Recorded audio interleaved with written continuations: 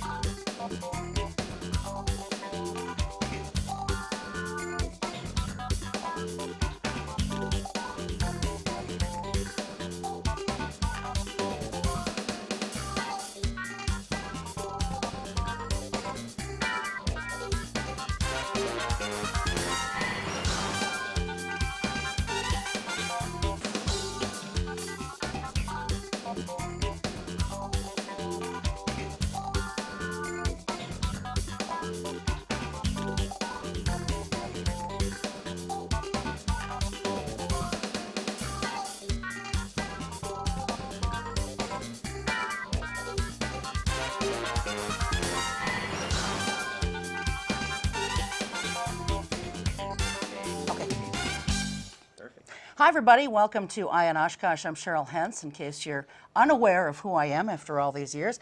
Very pleased to be welcoming to the show tonight someone else who has been here many times over the course of the last 12 or 13 years, and we're pleased to welcome him tonight. Justin Mitchell is here. He is he's a community activist. He is a local publisher of news and events, and God, you do so many things. So anyway, we're going to talk about a lot of those things tonight. So welcome to the show. Thank you for having me. We appreciate it very much.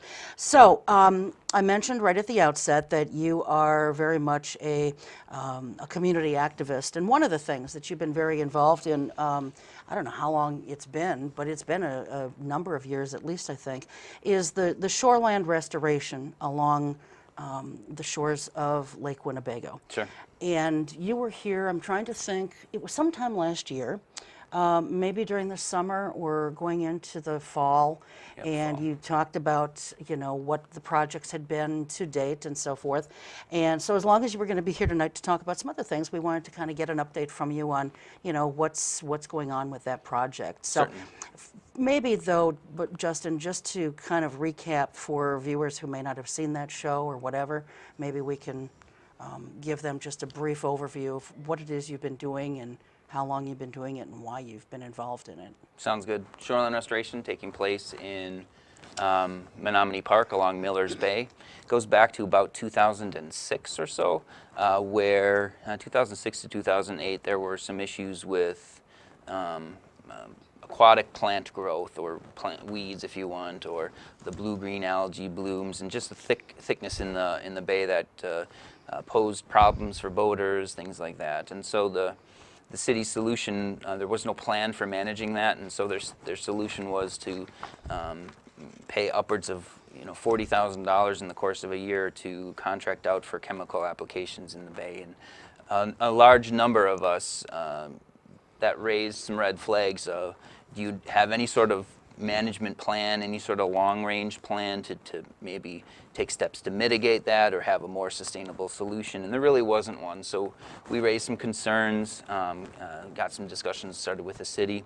Eventually the city partnered in one of the budget cycles. There was a grant that Representative Gordon Hintz secured for the DNR to do a study of the plant life. Are there invasives in the area? Are there better things that we could be doing? And so they contracted with Onterra, an aquatic biologist firm, who came and did a pretty comprehensive study. And in that study, they took samples, they went throughout the bay, what type of plants were there, what's causing problems, what are some recommendations. And one of the recommendations was that the city take a more comprehensive, more sustainable route to managing their shoreline. And specifically said that the current state is actually contributing to the deterioration of water quality of the bay, and that it would be great to have a buffer of native plants. So that's the scientific community saying this is something you should really do. We paid a lot of money for that study. I mean, it was like again, like a $40,000 study. And that was one of their main recommendations. So a committee started around that time. We had the sustainability board took up some of the content, and we worked with the DNR, worked with the County Land and Water Conservation Department, and worked with the Parks Department to identify a plot of land that could be restored in the bay. Specifically, the bay is what the Ontario study recommended. So we were able to secure funding, so no city funding went into that project, and with city staff did help in that Bill Sturm has been a great resource throughout the whole time. But the whole installation and the whole maintenance has been done by volunteers, so city staff hasn't needed to dedicate. It's basically been a zero expense project for them. The best kind. Right, and there's been no shortage of volunteers. We've had over 200 different volunteers participate in the project, from age 2 to maybe age 90. I mean, there are some wise folks out there helping us. Sure. And Bill Sturm, I don't want to interrupt, but just Sure. for folks who don't know, Bill Sturm is our city forestry person, right? Yep. I don't know what his official title is, but Yep. like director of forestry or something Sure. for the city. He's been a liaison, I would say, for the group. But a coalition formed, representatives from the Sustainability Board, from the general community, from the university, from the League of Women Voters, from local environmental groups such as Wild Ones, the Audubon. There's a group of about 12 people that have met periodically. All of the plants there are native, so they were here for a very long time, long before you or I, Cheryl. And native plants are adapted to the climate. They serve a better mode for filtering out pollutants, for cleaning our water, for preventing erosion. And the project has been a great success. I mean, the plot there is teeming with life. The density of the plants, we received funding from the County Land and Water Conservation Department, and the director, Tom Davies, suggested that this was one of the healthiest installations he's ever been a part of. And they fund these projects throughout the county. So that was really rewarding to hear. Sure, sure. That said, there has been some opposition to it, and it's namely from a handful of neighbors that live right across the street. Because when you have plants that grow up 2, 3, 4, some 5 feet tall, that impacts their view. So limits their view of the water, which in a way they view that as their right. They have a right to view the water, and it can't be impeded by anything. So trees are in the way, so is our plantings.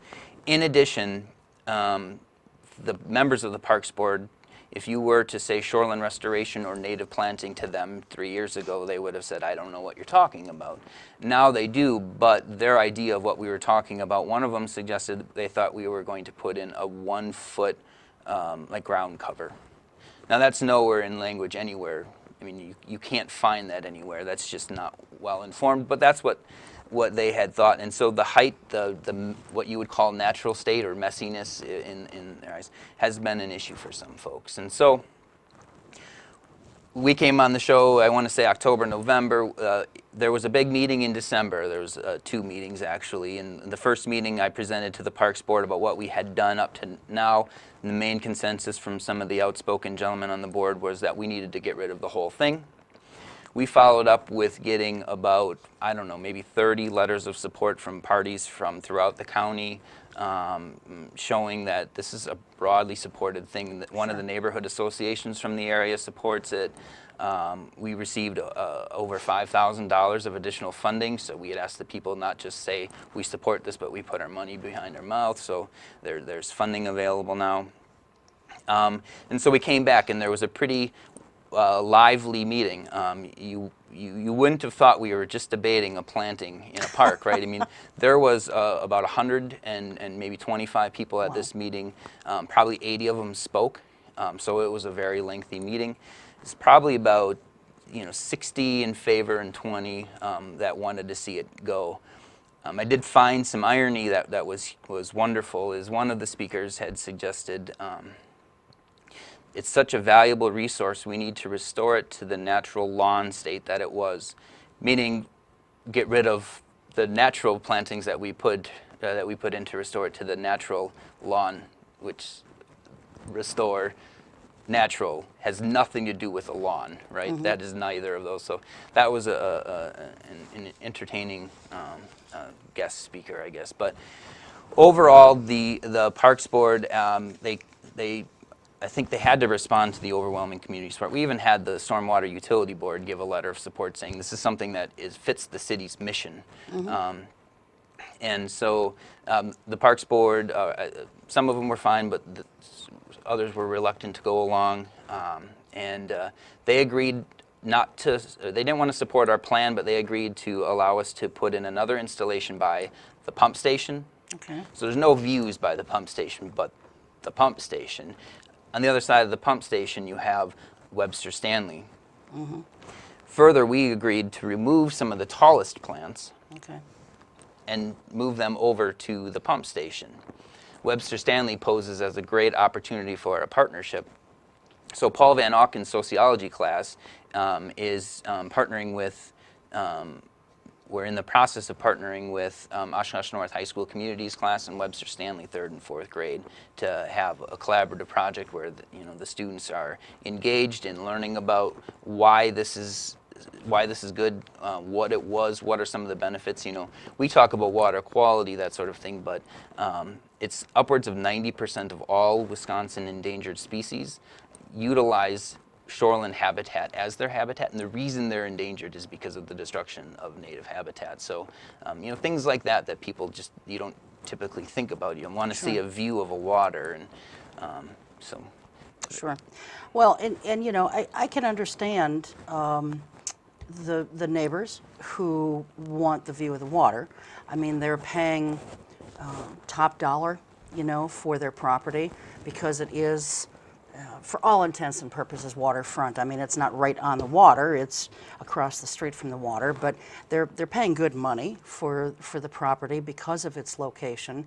And we heard the same kind of outcry when the fishing pier was going in, because they felt that would obstruct their view as well, which we've come to see it doesn't. I'll go further than that. Yeah. We had a gentleman come and speak in favor of what we were doing, and he said he was at the same Parks Board many years ago when the city wanted to put in a trail.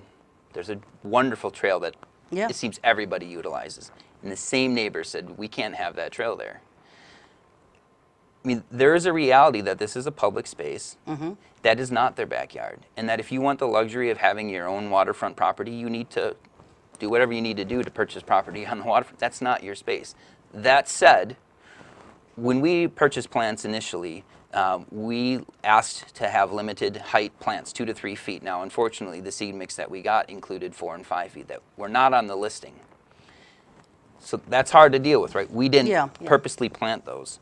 They're there, and our response is not to say, these are just the healthiest plants, and they're great for the environment, so we're going to leave them. No, we acknowledge that this wasn't something we had said we were going to do, and you do live here, so we're trying to have a middle ground. We're going to move those. And we're not talking like 10 plants, right? So there might be 300 plants, and these are like 6 foot deep. This is a big project, right? But again, they're really valuable, healthy plants that if we can save some of them, that's great, because you go to the store, plant shop, and you buy these, they're $15, $20, and 200-300 of them. That's a good deal. Yeah. So, so have you started, well, I guess you probably haven't started moving these plants yet. No, let me tell you, so we have a time frame. March 12th, 5 o'clock, location to be determined. We were thinking of having it in a more fun spot than City Hall, where we have a meeting that finalizes the plants that we're going to get, and finalizes the process of how we're going to do it. Again, we've partnered with UW Oshkosh, and so we needed to do this at a time where we can take advantage of their army of students. So the actual day of planting is set for May 9. That's a Saturday or a Sunday, I'm not sure. But it would start probably at about 8:30 in the morning, and you don't have to work the whole time. You don't always have to do hard work either. But if we can get an hour or two out of you, that'd be awesome. I'll probably be there until like 5. right? Okay. It's a full day. There's a rain day for May 11. I think that's a weekday, but we needed to get it done while the students were still in session. So, and that's rain or shine. You can do this work in the rain. It's just not always as pleasant. Okay. So May 9th, starting at 8:30 in the morning. Yep, and there'll be information on our website, which at some point will be linked on the show here. Okay. So you'll be able to get more information on there. Some other dates that we do have set is April 14th. We have a presentation at the Coughlin Center at 6:15 p.m. to the Master Gardeners. That is our third presentation that we've done since the Parks Board meeting in December. One of the things we realize is that folks just don't really know what we're doing, why we're doing it, and there's a lot of misinformation. So we're trying to help get out the information, and we have a pretty nice slide with some of the photos from the spot and whatnot. Okay. While we're still talking here, I did notice that they brought up the website address, but it's a very long address, and so if we could bring that up once again and just leave it up for, I don't know, maybe 30 seconds. And if you could tell us what it is so that we can so people can also hear it, because it's long and it's kind of crammed in there. So it looks like Menominee Park shoreland.blogspot.com. There you go. So it's free. It's a free website. That's why you get the .blogspot.com, Yeah, right? yeah. We're using our money for good, not to purchase right. websites. So, yep, there it is. And you can probably do a search for Friends of Menominee Park Shore, and you sort of like internet search, and you'll get it as well. Okay. But we do welcome volunteers. You don't have to be registered, and you can bring your kids. I always bring donuts and stuff, and they love that. So. All right, great. Well, I know you've got some photos of some of the work and so forth that you wanted to share with us. So why don't you kind of take us through, Justin, what you brought and explain to us what it is we're going to be seeing here. Just 3 photos on the shoreline. So this is the plot that we're going to be working on. You can see it's pretty bland. I mean, you have the yellow is from chemical treatment that the city does to kill off any plant growth there where it's hard to mow. And you have the rock shore. The next sign, or the next photo then, again, that's by the pump station. At the pump station, they have a sign that says, caution during winter. It is, it's really thin ice because there's water that may be flowing out from the pump station, right? And there's a culvert under the ground. They don't really want people playing in that area. So it's a good spot, right? I mean, we have a lot of plants that we can put in. Unlike our other spot where we have a trail going through it, we won't put a trail through this. And so it's almost like a deterrent, right? I mean, there's going to be a lot of growth there. I should also note that I was in opposition of the pump station. Now, there's a lot of hard decisions that have to go into that, right? And I get that. One of the main sources of water pollution is stormwater runoff. And so what the pump station does is pumps untreated water directly into the lake, which if it had an opportunity to flow naturally would go through things like a shoreline restoration site or something where it would filter it out. So that aside, the fact that water is being pumped right there adds a little bit of value to us adding these plants in, which potentially have an ability to help kind of maybe clean some of that water that's coming out. So it's kind of a win-win there. Sure, sure. The third photo is a photo from our actual site right now that shows that's what we would like to see it transform into. So those are all native plants. It's, again, teeming with life. The root system is about 10 to 20 times deeper than the sod, and it's just a healthy spot. So. Okay, excellent. So when this meeting was over, that these 125 people or so attended, and obviously you were willing to compromise by saying, okay, these higher plants, these taller plants, we didn't expect, we will move them and so forth. Did the neighbors seem to be, happy with your compromise that you offered? So I'll say 2 different things. Is one, some of the neighbors were pleased that some of our other proposals weren't approved. So we had previously been approved to do another section about the same size just north of the current plot, and we had been approved for that, and it had actually been treated, but we didn't have enough funding at that time. and so that has now been stripped. Okay. And so they were very pleased that that got removed. They also, the Parks Board had suggested that this needs to get down to a 2 to 3 foot spot. And I mean, it's really an arbitrary number selected by, people that don't have any background in any sort of science or I mean, anything related to natural resources. Sure. But they're the people on the board. So you Yeah. have a Parks Board the Parks Department is largely responsible for water. Any city area largely that is in water frontage, the Parks Department handles, and the Parks Board advises them. And you have people who have no water background, natural resources background. It's really a gap, I think, in the city. But I think they're holding out for us not reaching that goal, and then hoping that it would be removed at a later date. Okay. That said, the Parks Board is advisory, and there were 3 different council representatives, and I really appreciate this, is they asked if I wanted to have them bring it to the council for a vote. Because, I mean, we had the support of probably more support for anything that the city has seen in years, right? I mean, it was remarkable to get 30 or 40 different letters of support from players from all throughout the county. And we chose to not go that route, in recognition that we're going to have to work with the Parks Board, and they gave in some, and so we would meet them. I don't know. We probably got 25%. They got 75%, but Okay. we'd take it. Okay.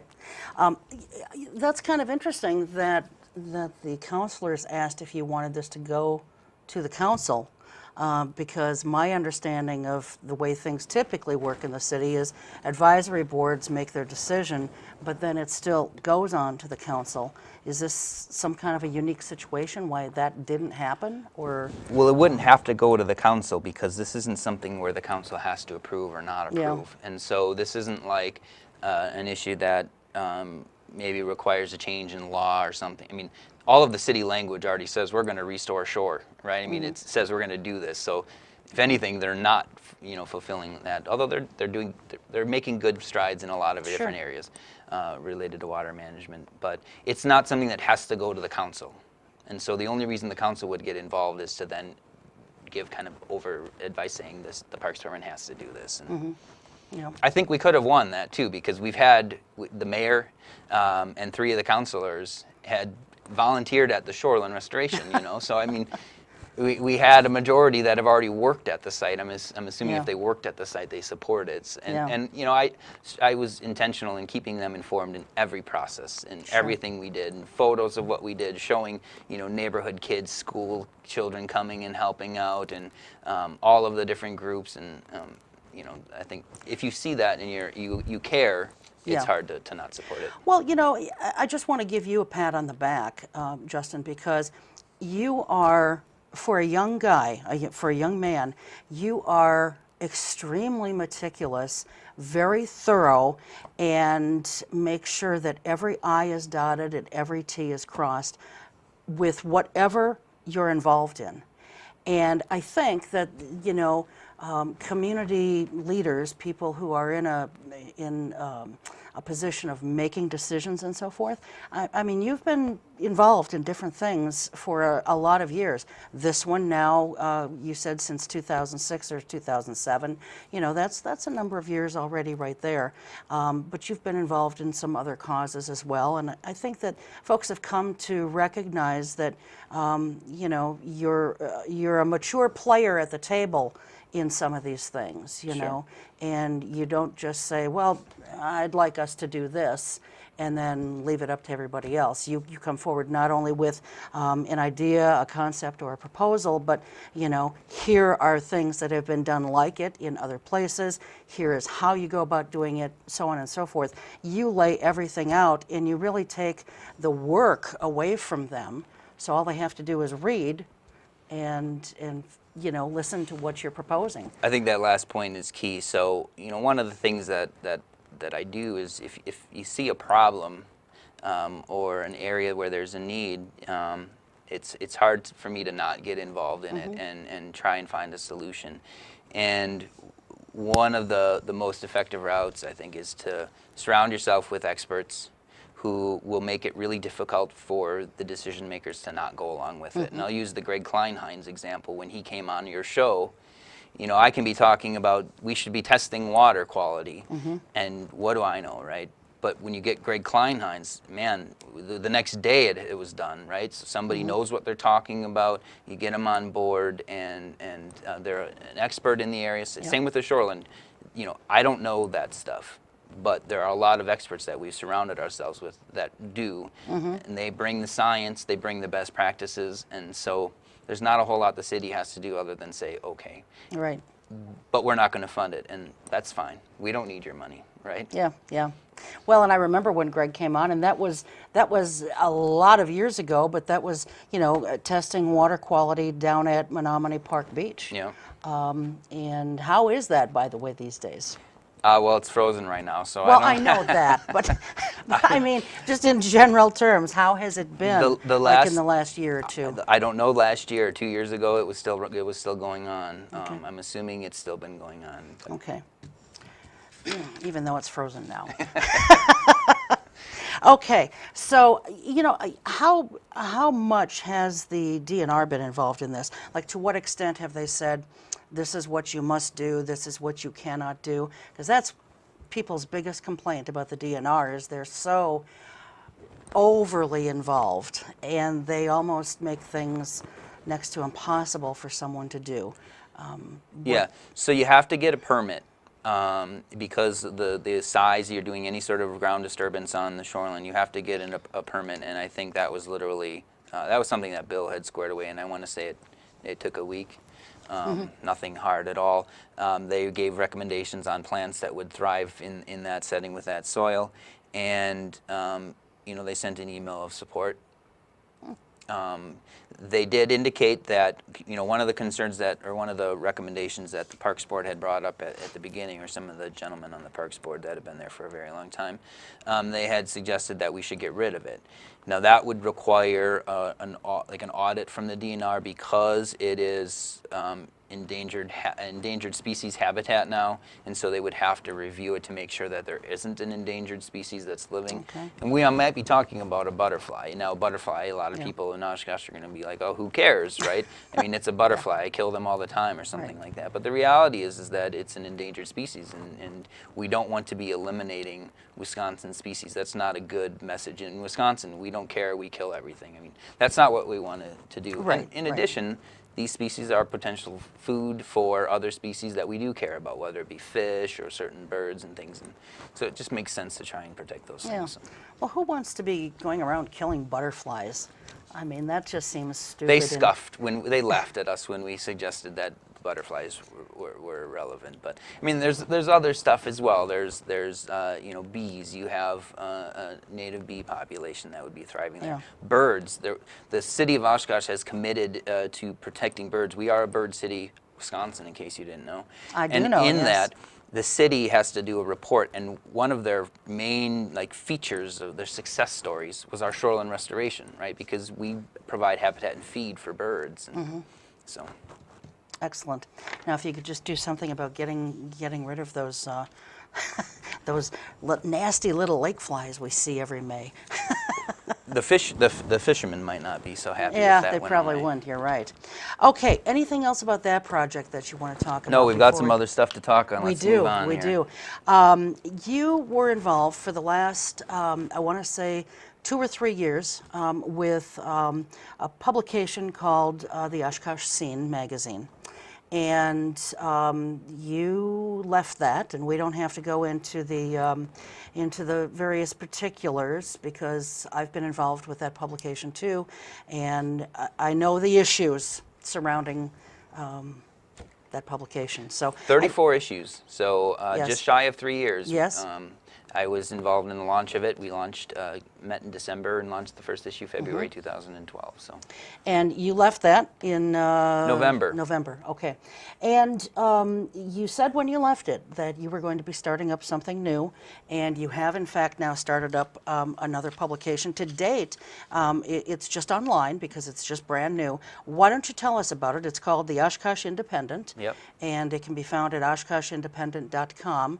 But tell us about where the concept for it came up, where that came from, what you're doing. Tell us all about it. Sure. I'm a media junkie, I guess, and I'm not alone. So there is a good group of folks who they love citizen journalism, right? And that group was pretty active before the scene, right? So we had at one point another website or two or three, right?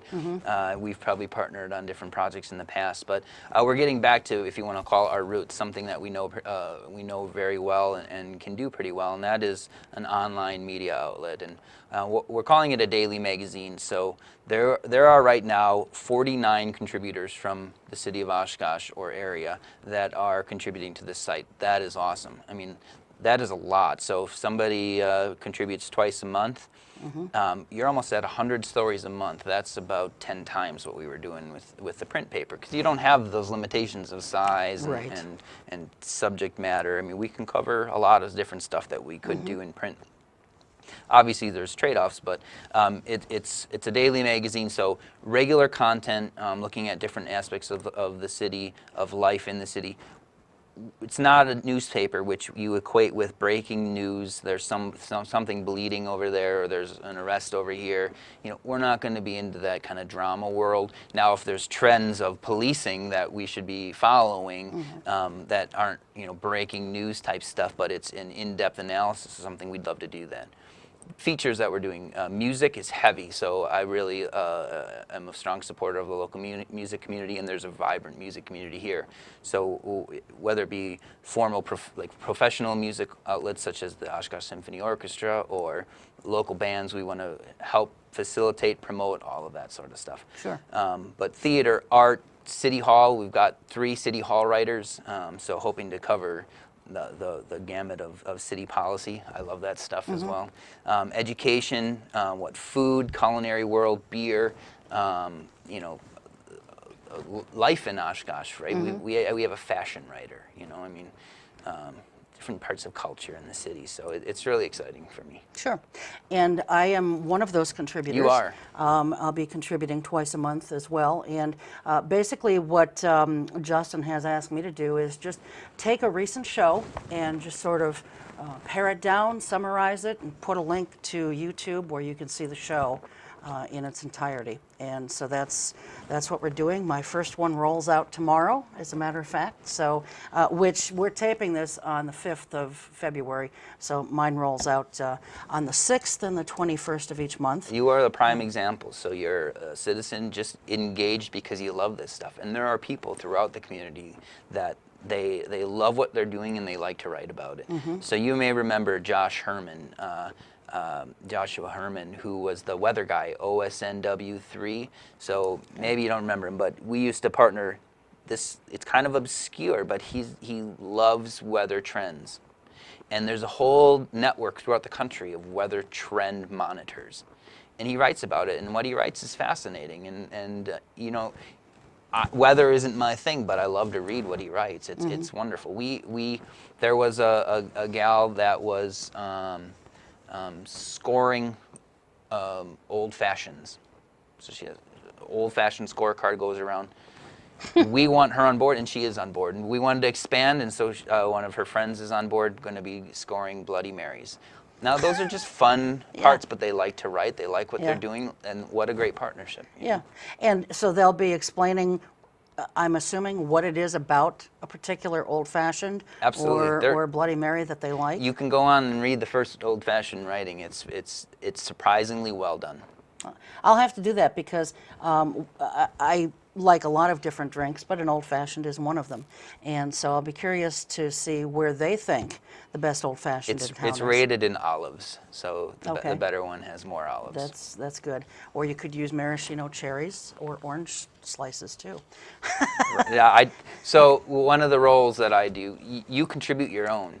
So it's really a community news outlet, and we're not stuck on the number. So one of your listeners may have a topic that they think needs to be covered in the city, or maybe they don't think that this particular view in a discussion is being covered. They can send me a message, and if they have an idea and they're a legitimate writer, or somewhat of a legitimate writer, we'll consider bringing them on board. Sure. Or as long as they can write, you know.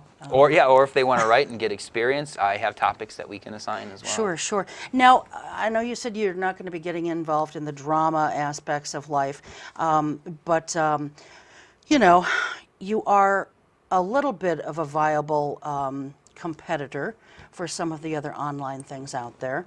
Will you be doing anything like printing a police blotter thing or anything like that? Or are you just going to stay away from that altogether? Yeah, there's been no discussion on police or you know, like the death list, that sort of stuff. One of the things that we're trying to do is focus on areas that largely maybe are undercovered.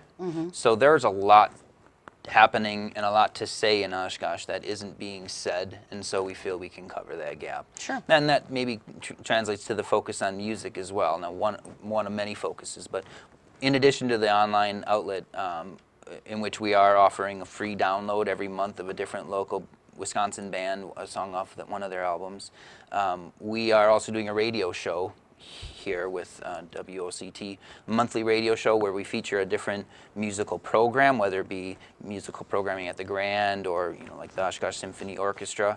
And then the second half will be an interview with a local band playing some of their music. So, Okay. All right. Excellent. Anything else that you want to say about the Oshkosh Independent? check it out, www.oshkoshindependent.com. All right.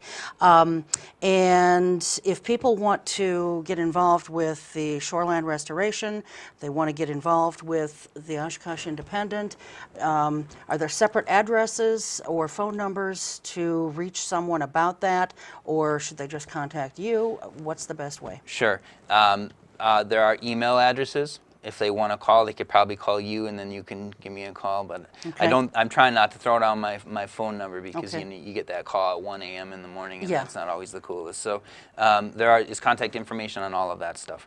Do we have 2 more minutes? Sure. Yeah, go right ahead. All right, because we've got one more thing to go over. We do. And Yeah. I know that we I got think some we're special fine. guests Yep, afterwards. Yep. Go ahead. All right, so one of the other things that bringing the Oshkosh Independent on board with is the Oshkosh Music Artist Series. So it's a series that started in 2012. The idea that this wasn't happening. There's a lot of great music happening locally and a lot of great, you know, people in the music community.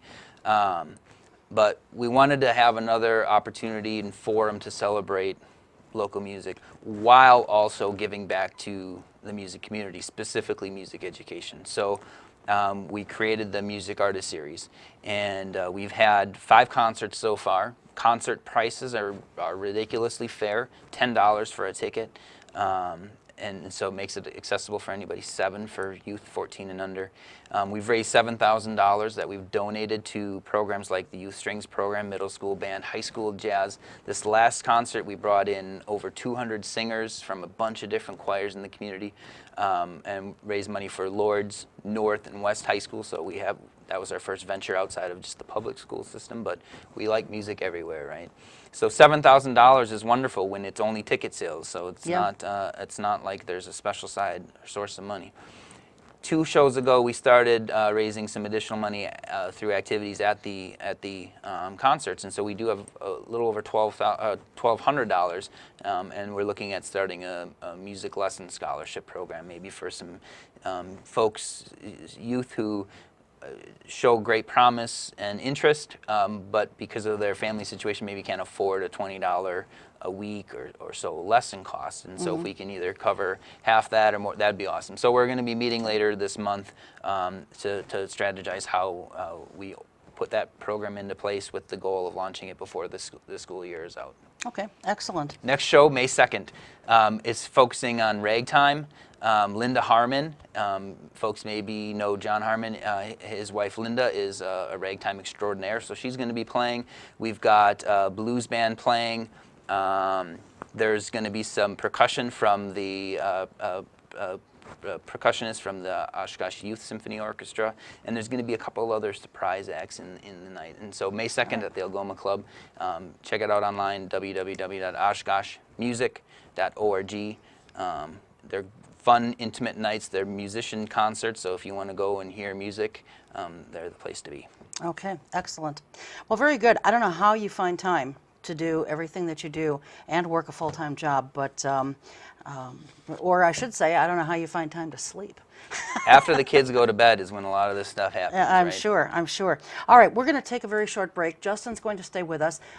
He's just talked about, you know, his involvement with music in the area, and we've got two people from the Oshkosh Symphony Orchestra and the Oshkosh Youth Symphony Orchestra, and they're going to be joining us right after this break.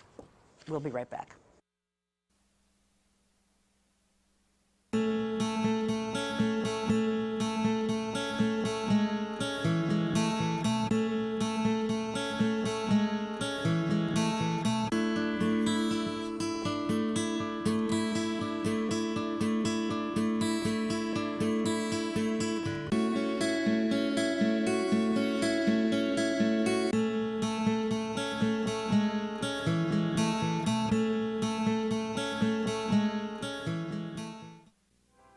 Every year, the U.S. Department of the Treasury receives about 1.4 million reports of problems with paper checks. Checks can be lost, stolen, or delayed. If you still receive Social Security payments by paper check, Treasury wants you to know about a safer, more convenient way to get your money. The Direct Express Prepaid Debit MasterCard. The Direct Express card is new and is available to anyone receiving Social Security benefits, even if you don't have a bank account. Your monthly benefits will be automatically placed onto your card account each month on the day your money is due. While other debit cards cost money, it is possible to use the Direct Express card for free to make purchases, pay bills, and get cash at thousands of locations nationwide. There are no sign-up or monthly account fees. No more waiting for the mail or worrying about lost or stolen checks. Call 1-877-212-9991 or visit www.usdirectexpress.com.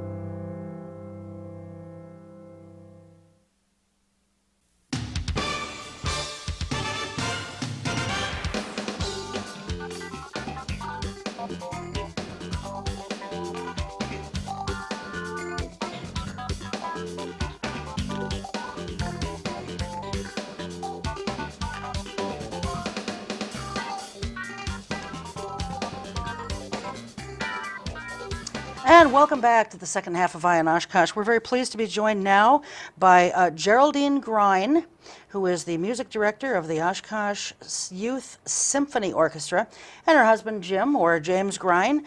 He's the former executive director of the Oshkosh Symphony Orchestra, and you're a current board member there still. That's correct. So, all right, excellent. Well, thanks very much for being here. You know, Justin was saying how his publication, the one that he came from, as well as the one that he's now with, is you know, very involved in music, and so he suggested that you guys come on and talk a little bit about, you know, some of the things you're doing, some of the programming that you have coming up. For anyone who does not know what the Oshkosh Youth Symphony, that's a tough one to say. The Oshkosh Youth Symphony Orchestra, Yes. or the Oshkosh Symphony Orchestra is, you know, tell us a little bit about the organizations, you know, and you know, what it is that you really do.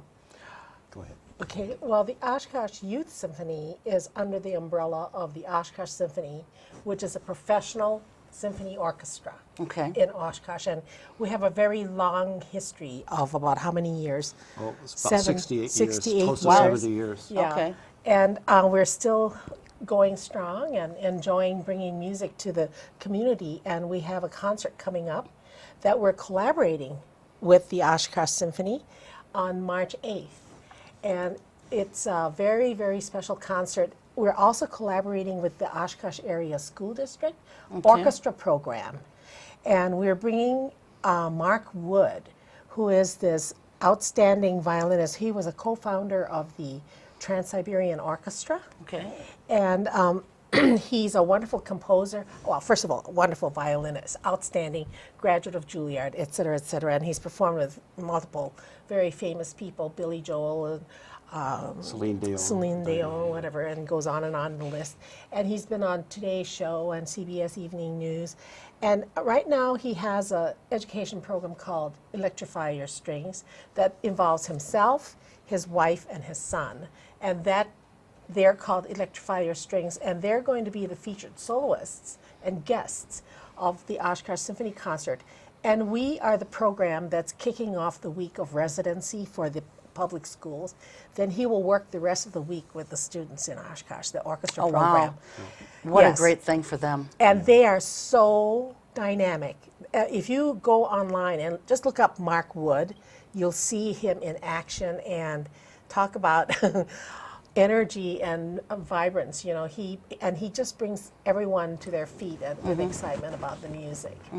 And and he loves kids. yes, and that Electrify Your Strings is a family project, and it's extended into a summer thing and a rock camp and all that. And what he does is he combines classical music in the rock style.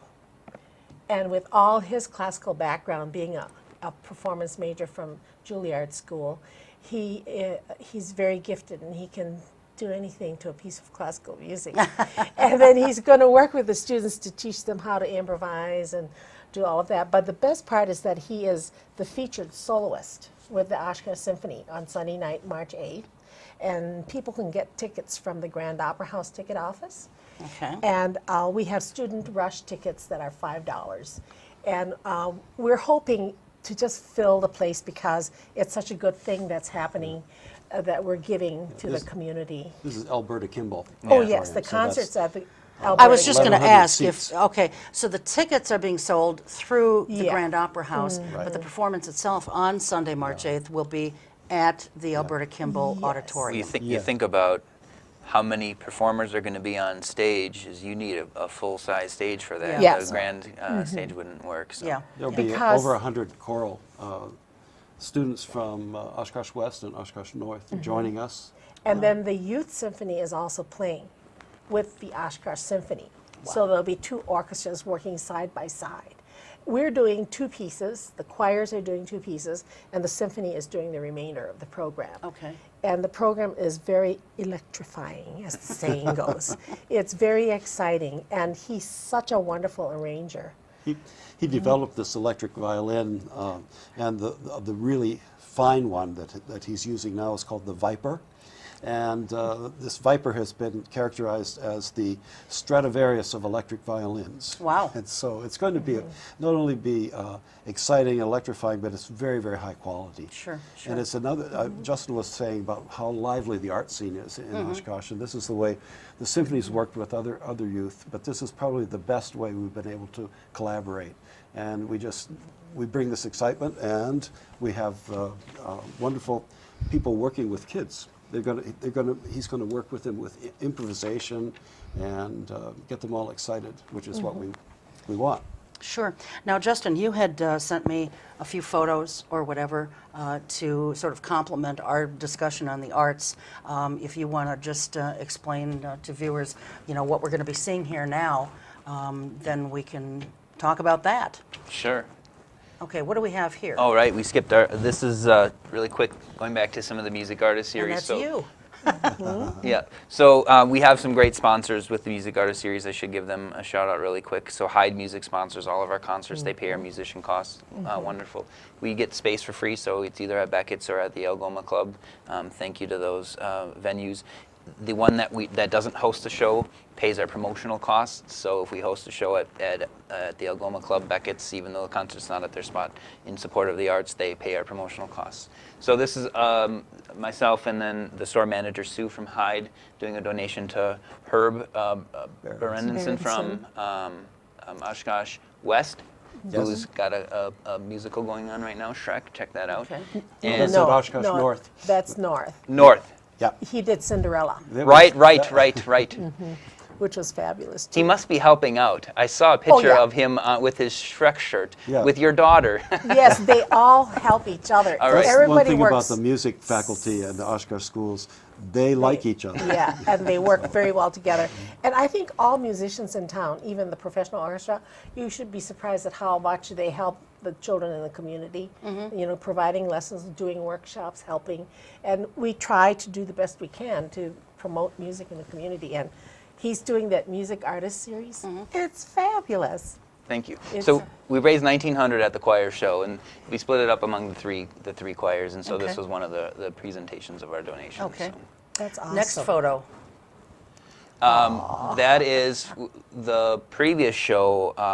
It was a benefit for youth elementary school music ed, and so one of the teachers showed the students with instruments that they had purchased with our donation, and sent that back. So that's pretty neat to see the new instrumentation and new learning opportunities that the What students school have. is this from? Yes, I believe the 3 schools that benefited from the last elementary school, because obviously there's a lot of them, and Sure. $1,000 amongst all of them doesn't do a lot. So they chose 3. They chose Oakwood, Oak Lawn, and Webster. So it's from one of those 3. Okay, all right, Yeah. all right. Those are ukuleles. We feature some top-notch musicians at these concerts, and the local music pool is phenomenal. And Oh, so yes. here we had KWT4s with Tom Washatka, so that's Tom Washatka performing. That was at our jazz show. We also had the UW Oshkosh Jazz Ensemble and then the Jazz Orgy perform at that show. That was a really fun show. Getting the UW Oshkosh Jazz Ensemble in the Algoma Club, it was high adrenaline and people were moving. It was a really fun show. Okay.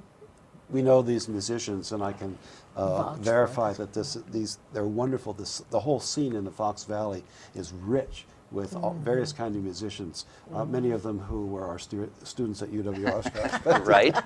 and UW Oshkosh has been a good partner. So if you go back to Yeah. that last photo, that's our last show.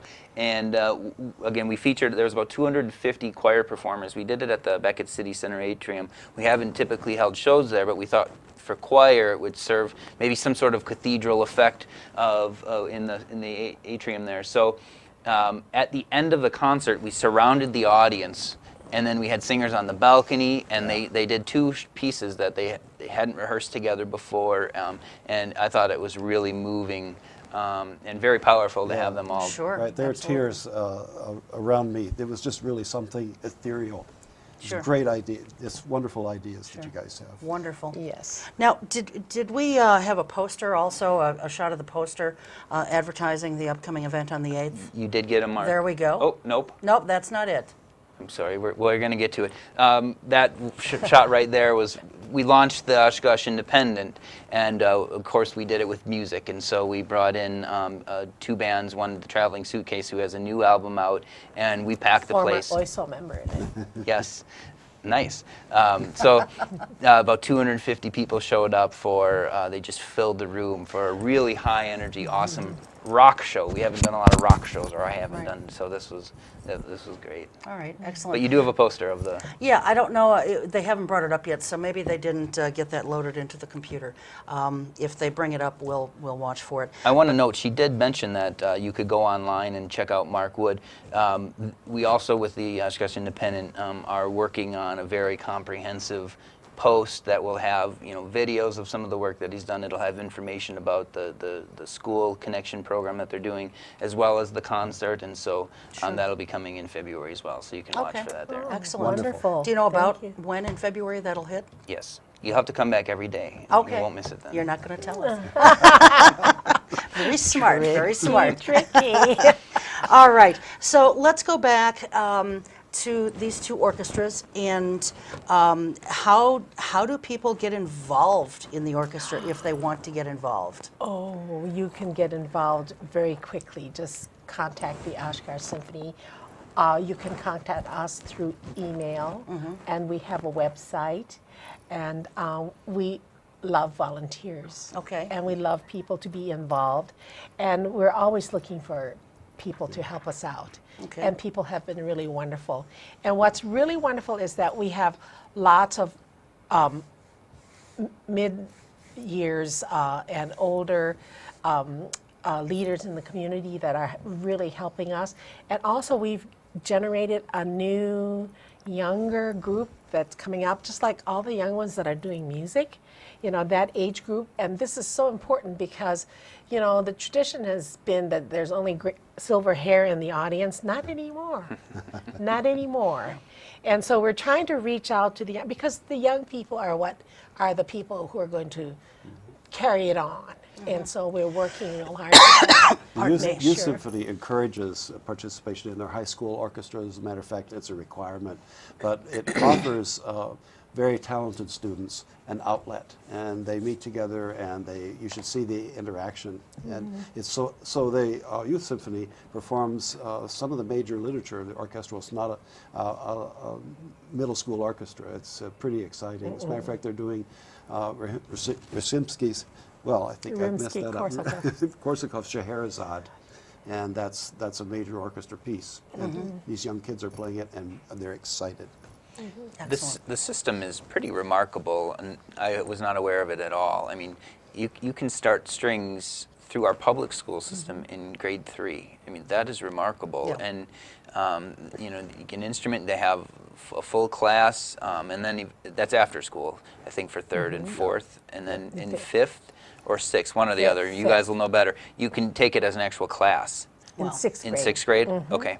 And then at that point is about when They have band and choir too at 6th grade. Okay. Yeah, we're very fortunate in Oshkosh. We have very good support for music, and I just hope it continues, you know, and there's all kinds of new tests out there. Northwestern University has done all kinds of new tests about the effects of music and playing an instrument or performing vocally, how it changes your brain, and it really helps to improve your learning ability. And there have been so many tests done, and there's all kinds of wonderful YouTube things that you can see, the reaction, what goes on in your brain when you're making music, and that's so important. Sure. And you know, students are so involved in technology now, you know, they need an arts outlet, and I just admire what Justin's doing, because he's a young guy. Yes. And you know, usually you'd just be kind of like a techie, you know, that's what I would expect. But here you are, you know, really involved in the arts, something that's very special and sensitive, and hats off to you. Thank you. That's wonderful. Yeah. My wife would say that I am on the computer too much. I mean, Oh, wow. the Oshkosh Independent is, after all, online, Yes, but I online. do appreciate it. I love the music community. I love playing music, and so it's And what a do you natural play? fit. What do I play? So I grew up playing piano, and I played trumpet throughout, you know, middle school and high school, and then my oldest is 9 years old, and so I started playing guitar a little bit before she was born, and you know, I think I spent like 6 years playing guitar with her, like to play them to bed, her and her younger daughter. So I've been playing guitar for about 10 years now, and so that's been Wow. good. Excellent. I'm actually playing guitar with their daughter, so That's right. I forgot about They're that. forming a band. Yeah, she's a cellist, a classical cellist, and she's having fun with all kinds of people. Justin is the pinnacle. good to All have right. some creative Excellent. outlets there. So So, Mark Wood coming up on March 8th at the Alberta Kimball Auditorium.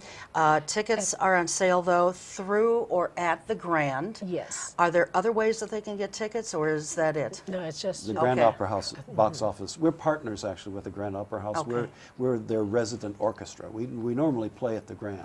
But we can't need do a this bigger one. place Yeah. for this.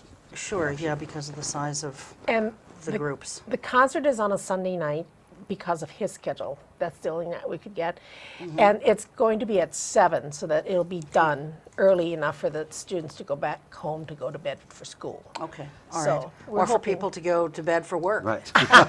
Yeah, Sunday night's a rough night to be Okay, out. excellent. Well, thanks very much to both of you for being here. I know Well, I've heard your thank names you. through the community, and I believe you've done some things over at First Congregational Church. That's right. Over the years, and so that's where I've seen your name We come have up. family so- concerts there. We do. I don't play anymore, so it's a smaller family now. Okay. Thank you for having us. Thanks for everything that you guys Oh, do. thank And you. Justin, thanks for everything that you have done and continue to do. Of course. Thanks, Cheryl. Very much appreciated. All right, that's going to do it for us. You take good care. We'll see you next time. Until then, keep your eye on Oshkosh. Thanks so much. Thank you so much. This is wonderful.